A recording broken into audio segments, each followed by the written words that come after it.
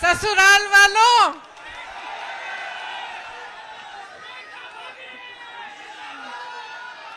यहाँ आकर बहुत खुशी हुई है और आज इस भारत जोड़ो न्याय यात्रा में भाग लेते हुए मुझे बहुत बहुत खुशी हो रही है, खास तौर से क्योंकि आज इस यात्रा में पहली बार मैं अपने ससुराल वालों के साथ आई हूँ।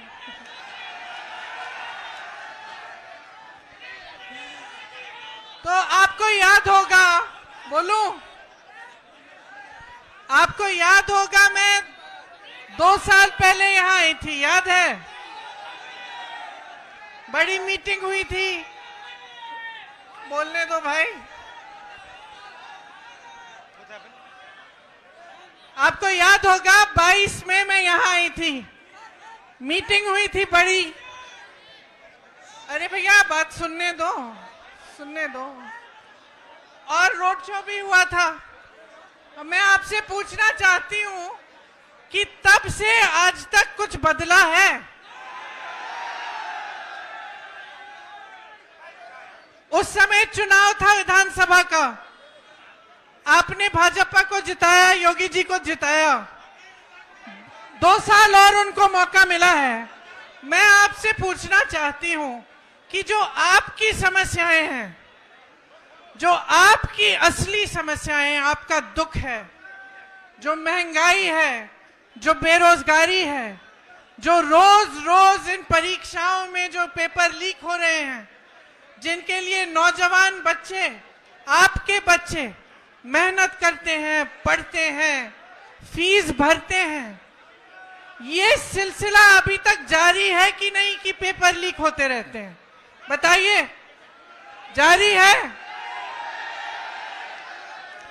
तो जब आप 2 साल बाद सरकार चुन रहे थे, आप चुनाव में अपना वोट डाल रहे थे, तो मैं जानना चाहती हूं कि आप क्या सोच रहे थे?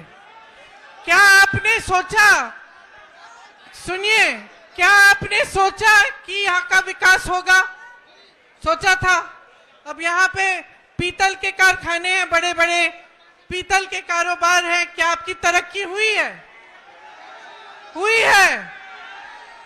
जितनी भी मदद आपको सरकार से मिलनी थी वो बंद हो गई, ऊपर से जीएसटी, और जितना काम कर रहे थे उसका शायद आधा काम कर रहे होंगे आज। मुश्किलें कम हुई हैं या बढ़ी हैं? बढ़ गई हैं। यहाँ नौजवान हैं सारे, उस समय मैंने पूछा था रोजगार मिलता है, आज रोजगार मिल रहा है। तो ये जो मेहनत कर रहे हो, जो 4-4 बजे सुबह पुलिस में भर्ती होने के लिए दौड़ लगाते हो, तो सेना में भर्ती होने के लिए दौड़ लगाते हो, उसके बाद जब परीक्षा लिखते हो, उसके लिए फीस भरते हो, माँ बाप मेहनत करके ट्यूशन में भेजते हैं, ये सब करने के बावजूद क्या होता है? आपको मालूम है कि 28 लाख बच्चों ने, यूपी के 28 लाख बच्चों ने पुलिस का भर्ती का इम्तिहान दिया है। 28 लाख, सोचो, इसका मतलब है कि यूपी के लगभग हर गांव में से 4 या 5 नौजवानों ने ये परीक्षा दी। एक आशा थी, एक उम्मीद थी उनके मन में, ये नहीं कि मुफ्त में कुछ मिल रहा है। पढ़ के मेहनत करके वो चाहते थे अपनी परीक्षा में पास हो। क्या हुआ? पेपर लीक हो गया। अब जब मैं यहाँ आई थी 22 में, तो मैंने आपसे कहा था कि हमने एक घोषणा पत्र बनाया था, उसमें हमने एक पूरा प्लान बनाया था, एक पूरी योजना बनाई थी कि ये जो पेपर लीक बार बार होते हैं, इसको रोकने की क्या योजना हो सकती है।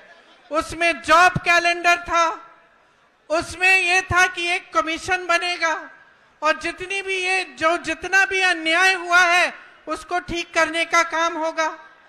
और जॉब कैलेंडर में हर जो भी डेट था, परीक्षा का डेट, नियुक्ति की डेट, सारी पहले से तय, और जो उससे इधर उधर होता उसके खिलाफ कार्रवाई होती। तो ये तो 2-3 मुद्दे हैं, पूरे 10 मुद्दों का हमने एक पूरा प्लान बनाया था। तो मैं आपसे एक सीधी सीधी बात कहना चाहती हूं, देखो चुनाव फिर से आ रहा है कि नहीं? फिर से आपको अपना मत डालना पड़ेगा। अब आप खुद ही देख रहे हो, बार बार भाजपा की सरकार आ रही है, केंद्र में आ रही है, प्रदेश में आ रही है, आपकी बेरोजगारी बढ़ रही है, आपकी मुश्किलें बढ़ रही हैं। तब किसान आंदोलन कर रहे थे 2 साल पहले, आज किसान आंदोलन कर रहा है। तब सड़क पे बैठे थे ठंड में सर्दी में, आज बैठे हैं। तब उनकी सुनवाई नहीं थी, आज उनकी सुनवाई नहीं है। और इसी तरह से आप सोचिए, जब जब बुलडोजर चलता है इनका, तो किसके घरों पे चलता है? किसके घरों पे चलता है? जोर से बोलो। जिसने 6 किसानों को अपनी जीप के नीचे कुचला, उसके घर पे क्या बुलडोजर चला? जिसने महिलाओं के साथ अत्याचार किया, उसके घर पे बुलडोजर चला? जो ये पेपर लीक के घोटालों से पैसे खाए जा रहा है, उन लोगों के जिन्होंने पैसे खाए हैं, जो बार बार ये घोटाला करते हैं, बार बार लीक कराते हैं, उनके घरों में बुलडोजर चला? नहीं चला ना। सोचिए, ये सब बहुत बड़ी बड़ी बातें हैं दिखावे के लिए। ये जितने बड़े बड़े इश्तिहार आपको दिखते हैं, जिसमें आपको दिख रहा है कि बहुत तरक्की हो रही है, जब तक आपकी तरक्की नहीं होगी, जब तक आपको रोजगार नहीं मिलेगा, जब तक आपके पेपर लीक बंद नहीं होंगे, तब तक आपकी तरक्की नहीं हो सकती है। जब तक यहाँ की महिलाएं सुरक्षित ना हो, आगे बढ़ नहीं पाए, तब तक आपकी तरक्की नहीं हो रही है। तो मैं सिर्फ आपको, मैंने उस समय भी बोला और अभी भी बोल रही हूं, अपने अनुभव को देखो, अपने अनुभव को देखो कि भाई 5 सालों में, 10 सालों में मिला क्या है? नौकरी मिली, दुकान जाते हो तो सब्जी खरीद पाते हो। आपको मालूम है गन्ने का जो दाम है, जो आपको मिलना चाहिए सरकार से, वो हर साल, पिछले 7 सालों में हर साल सिर्फ मात्र 7 रुपए गन्ने का दाम बढ़ा है कि नहीं? 7 रुपए, ठीक है? तो मान लो 5 सालों में 35 रुपए बढ़ा होगा। और आप जब सब्जी खरीदने जाते हैं तो कितने बढ़ गए दाम? आलू मिलता है, प्याज मिलती है, टमाटर मिलता है। आप जाते हो 3 चीजों को लेने के लिए, घर आते हो 1 लेके।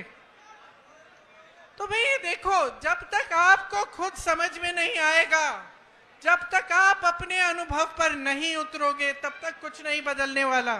हम चीखते चिल्लाते जाएंगे, कुछ नहीं बदलेगा।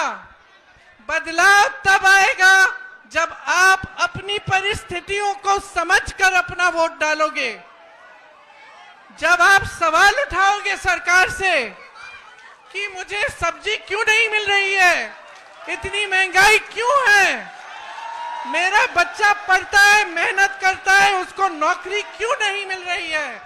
जब तक ये सवाल आप नहीं उठाएंगे, जब तक इन परिस्थितियों को देखते हुए आप अपना वोट नहीं डालेंगे, तब तक आप इसी खाई में डूबे रहोगे। इसीलिए